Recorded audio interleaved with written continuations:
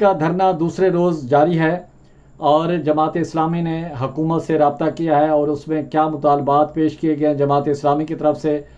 آج کا سب سے اہم ٹاپک ہے۔ اور دوسرا ٹاپک یہ ہے کہ حکومت نے ایک تجویز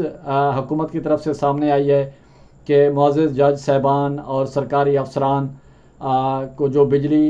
فری اور پیٹرول فری دیا جاتا ہے تو اس کو ختم کرنے کی ایک تجویز سامنے آئی ہے۔ تو یہ آج کے اہم ٹاپک ہے۔ آپ دیکھ رہے ہیں یہ ہے کہ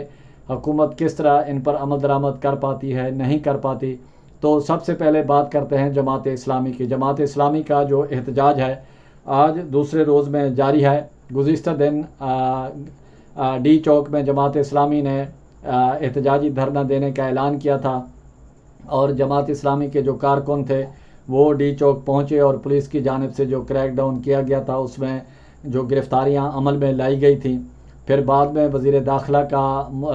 داخلہ محسن نقوی صاحب کا جو لیاقت بلوچ صاحب سے رابطہ ہوا تھا تو اس میں پھر معاملات طے پائے گئے اور جس کے بعد پھر امیر جماعت اسلامی اور لیاقت بلوچ صاحب اور جماعت اسلامی کے جو کارکنان ہیں I8 اور مختلف علاقوں میں، اور ان کو پھر یہ کہا گیا حکومت کی طرف سے، وزیر داخلہ کی طرف سے کہ آپ ڈی چوک کی بجائے لیاقت باغ آپ کو جگہ متعین کرتے ہیں اور وہاں پر اپنا آپ احتجاجی دھرنا دیں۔ تو جس کے بعد پھر جماعت اسلامی نے اعلان کیا احتجاجی دھرنے میں، اور جماعت اسلامی کے جو کارکن گرفتار کیے گئے تھے اسلام آباد سے ان کو بھی رہا کر دیا گیا۔ تو جماعت اسلامی کے کیا مطالبات ہیں وہ آپ کی نظر کرنا چاہتے ہیں، اور آپ کو یہ بھی بتاتے چلیں کہ جو حکومت نے کمیٹی تشکیل دی ہے جماعت اسلامی کے ساتھ مذاکرات کے لیے، تو اس میں پھر جماعت اسلامی نے بھی کمیٹی تشکیل دی ہے اور جس کی سربراہی جو ہے لیاقت بلوچ صاحب ہیں وہ کر رہے ہیں، اور جماعت اسلامی نے حکومت کے سامنے جو رکھے جانے والے 10 مطالبات ہیں وہ آپ کے سامنے رکھنا چاہتے ہیں۔ اور سب سے پہلا جو مطالبہ ہے حکومت کی جانب سے کہ 500 یونٹ بجلی استعمال کرنے والے کو 50% تک رعایت دی جائے بجلی کے بلوں میں، اور پیٹرولیم لیوی ختم اور قیمتوں میں حالیہ اضافہ جو ہے پیٹرولیم مصنوعات میں وہ حکومت فی الفور واپس لے، اور اشیاء ضروریہ کی جو قیمتوں میں 20% کمی لائی جائے۔ اسٹیشنری آئٹمز پر لگائے گئے ٹیکسز فوری ختم کرنے کا مطالبہ کیا ہے، اور غیر ترقیاتی اخراجات جو ہیں ان پر 35% کٹ لگایا جائے، کیپیسٹی چارجز اور خاص کر IPPs۔ اور آپ کو بات بتاتے چلیں کہ IPPs کا جو معاملہ ہے اس سے پہلے MQM کے مصطفیٰ کمال نے بھی اٹھایا ہے، اور اس سے یہی لگتا ہے کہ جو ہماری ریاست ہے اس نے اب فیصلہ کر لیا ہے کہ IPP سے اب جان چھڑانی ہے، اور جس کی وجہ سے مصطفیٰ کمال صاحب اور اب جماعت اسلامی کی طرف سے بھی یہ مطالبہ آ رہا ہے کہ IPPs کے ساتھ جو نظر ثانی معاہدے پر جو نظر ثانی ہے وہ کی جائے اور معاہدہ کو ختم کیا جائے، اور اس میں یہ بھی کہا گیا IPPs کے ساتھ جو معاہدہ ہے اس کو اثر نو اس کا جائزہ لیا جائے۔ اور جماعت اسلامی نے ایک اور مطالبہ بھی کیا ہے کہ زراعت اور صنعت پر جو ٹیکس یعنی کہ اس کو ناجائز ٹیکس ختم اور 50% بوجھ کم کیا جائے، صنعت، تجارت اور سرمایہ کاری کو بھی یقینی بنایا جائے تاکہ نوجوانوں کو روزگار ملے، تنخواہ دار طبقے پر ٹیکس ختم اور برات یافتہ طبقے کو ٹیکس نیٹ میں لایا جائے۔ دوسری جانب جڑواں شہروں میں معمولات زندگی بحال ہو گئی، فیض آباد ایکسپریس وے پر ٹریفک بحال ہے، تاہم دھرنے کے مقام پر ٹریفک کی جو روانی ہے وہ متاثر ہے، یعنی کہ لیاقت باغ، حسن مریڈ اور ادھر کمیٹی چوک جو ہے یہ راستے بند کیے گئے ہیں، اور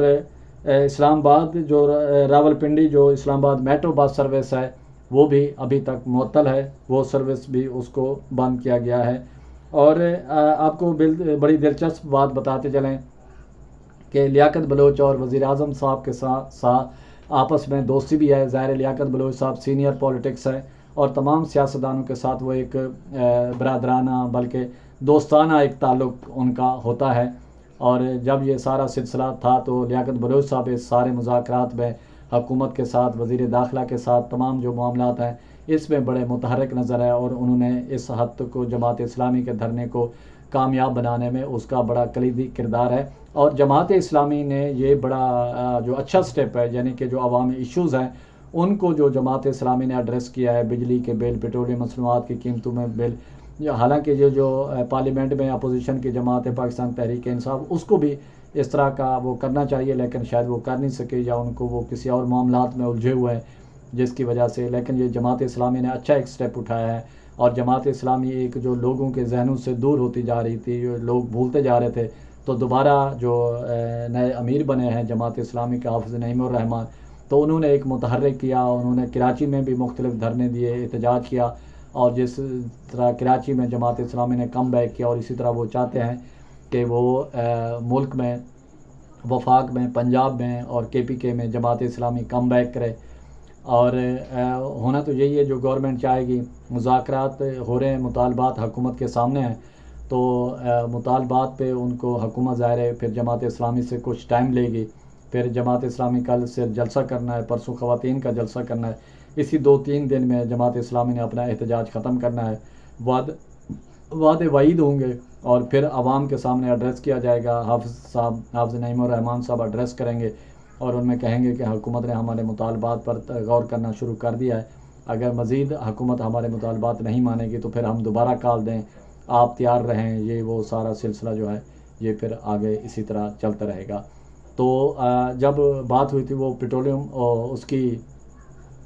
جو ججز صاحبان ہیں یا دیگر افسران ہیں، ان کے پیٹرول ختم کرنے کی یا بجلی جو مفت ہے وہ ختم کرنے کی، یہ ایک جو ان کے سروس رولز میں ہوگی، وہ تو شاید حکومت کے بس میں بات نہیں ہے ختم کرنا۔ حکومت نے اس سے پہلے ایمنسٹی اسکیم بھی شروع کی تھی کہ جو افسران ہیں وہ اپنی گاڑی لے لیں حکومت سے، اور پیٹرول کے وہ پیسے لے لیں تاکہ پیٹرول کے، اور ہوا یہ کہ گورنمنٹ سے وہ ایمنسٹی اسکیم کے تحت جو ہے وہ پیٹرول بھی لے رہے ہیں، اور وہ گاڑی بھی استعمال کر رہے ہیں، اور حکومت سے پیٹرول کی مد میں پیسے بھی لے رہے ہیں۔ اور حکومت کو بھی چاہیے کوئی ایسی پالیسی ہو تو جو سب کے سامنے ہو، اور اس پر عمل درآمد ہو، اور واقعی پتہ چلے کہ ملک میں جو بچت ہوتی ہوئی نظر آ رہی ہے۔ اور یہ اس طرح کی جو پالیسی جو سامنے آ رہی ہے کہ بجلی کے یونٹ اور پیٹرول جو ہے وہ ختم کرنا، فیسلٹیز اور یہ وہ سارا، اور ایک یہ لگ رہا ہے کہ اداروں کے درمیان جو ہے ایک تناؤ کی کیفیت ہے۔ یہ کب تک رہتی ہے یہ تو آنے والا وقت ہی بتائے گا۔ اسی کے ساتھ پرچار کی ٹیم کو اجازت دے، گرد و نواح کا خاص خیال رکھیں، لوگوں کے لیے آسانیاں پیدا کریں۔